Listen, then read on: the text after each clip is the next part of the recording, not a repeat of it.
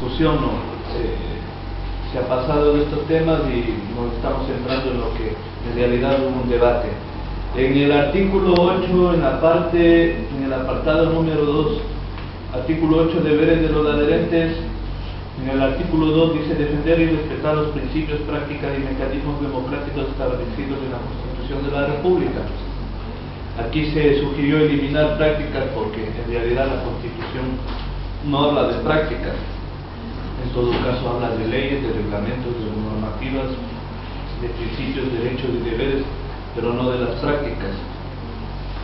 Y de ahí nos pasamos a la parte del 6, en el apartado 6, que habla del cumplimiento, estar al día en el cumplimiento de sus obligaciones, inclusive en los aportes económicos que le correspondan de conformidad con el presente régimen orgánico. Y aquí hicimos una sugerencia bastante importante, porque lo que se pretende en todo este proceso es que la coordinación o la delegación territorial de Movimiento País tenga un cierto poder de decisión, tenga una estructura lo bastante estable y sustentable, que también tenga unos aportes económicos, y no solo de esta delegación, sino de muchas, que no todo dependa de la Dirección Nacional en cuanto a la redistribución de los aportes económicos. Entonces habló que los fondos de los cotizantes irán destinados a las direcciones territoriales respectivas y un porcentaje de este a la Dirección Nacional de acuerdo al reglamento que se dicte para el efecto. Entonces la gran mayoría de los fondos que se van a recoger de los adherentes van a ir a la dirección territorial, pero un porcentaje de esto se destinará a la Dirección Nacional. En el artículo 38, aquí ya nos saltamos al 38 justamente por lo que estábamos hablando de los fondos.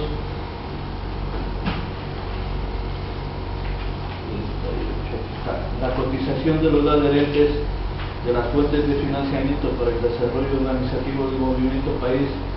Aquí se habla de que los montos de la cotización mensual y o anual serán fijados por la Dirección Nacional. En esta parte hemos creído importante también añadir algunos parámetros, porque todas las realidades son distintas tanto en las provincias y más aún cuando estamos en el exterior. Este tipo de parámetros irán en el sentido de cambio de moneda, número de electores, realidad socioeconómica del territorio respectivo en donde nos desarrollamos, porque se habló mucho de que a una persona, por ejemplo, todo el mundo piensa que porque vivimos en Europa tenemos más posibilidad de paro. Sin embargo, ahora que estamos viviendo una crisis económica, hay familias del paro, personas del paro, en riesgos de exclusión y todo eso.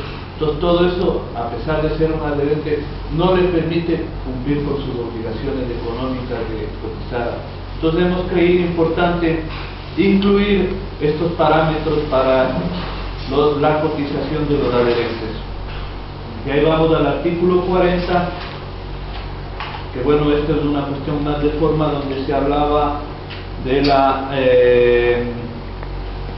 artículo 40, hablaba de los fondos electorales. La Comisión Nacional Financiera será responsable de recaudar, administrar y gestionar los recursos económicos que en virtud de las contiendas y resultados electorales. Entonces, más o menos cambiar la palabra contiendas por procesos, por obvias razones, ¿no? La contienda como que más no describe un árbol de enfrentamiento. Regresamos nuevamente al artículo 8. En el artículo 8, donde nuevamente seguimos en el tema de los deberes de los adherentes, en el apartado que se refiere a evitar pronunciamientos de acciones que lesionen la unidad interna y que puedan provocar ruptura del movimiento. Se habla de mecanismos,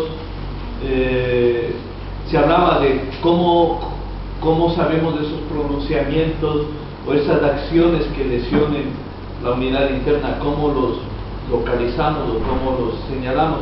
Entonces se habló mucho de que, y eso dentro del reglamento, de que tienen que existir mecanismos de participación para consensuar los pronunciamientos dentro de los grupos.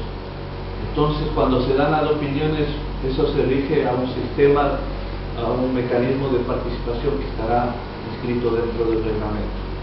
En el artículo, sin embargo, aquí, por aclaración también de Germán, se dijo que hay que tener mucho ojo en este asunto, a ver, conocer dentro del reglamento cuáles son esos mecanismos de participación, para que esto no se convierta en un círculo donde cada quien pueda hablar, si existen portavoces, si el delegado territorial es quien va a hablar, si es el secretario, qué sé yo. O sea, es importante conocer esos mecanismos de participación. En el artículo 10, igual, como lo dije hace un momento,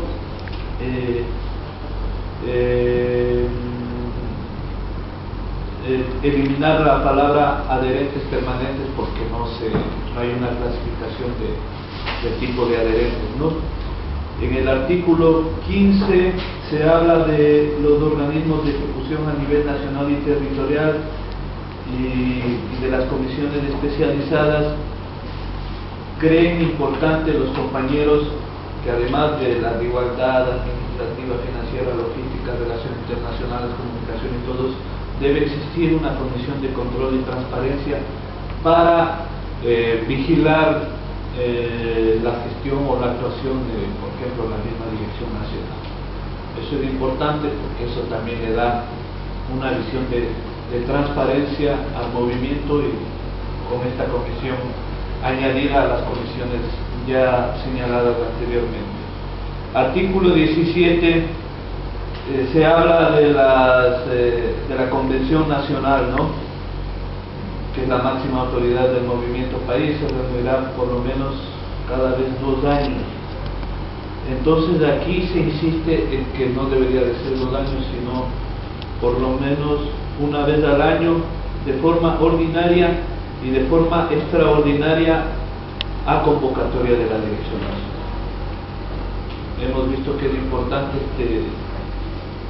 este añadido por las razones que ustedes conocen o entienden más. Sí. Pero no pasó eso. O sea, la propuesta de que sea anual no pasó. Cuando se siguió estudiando otros artículos y se introdujo elementos porque la duda principal era dónde la militancia territorial tiene espacio para pronunciarse. Si la Convención Nacional solamente se reúne cada 2 años.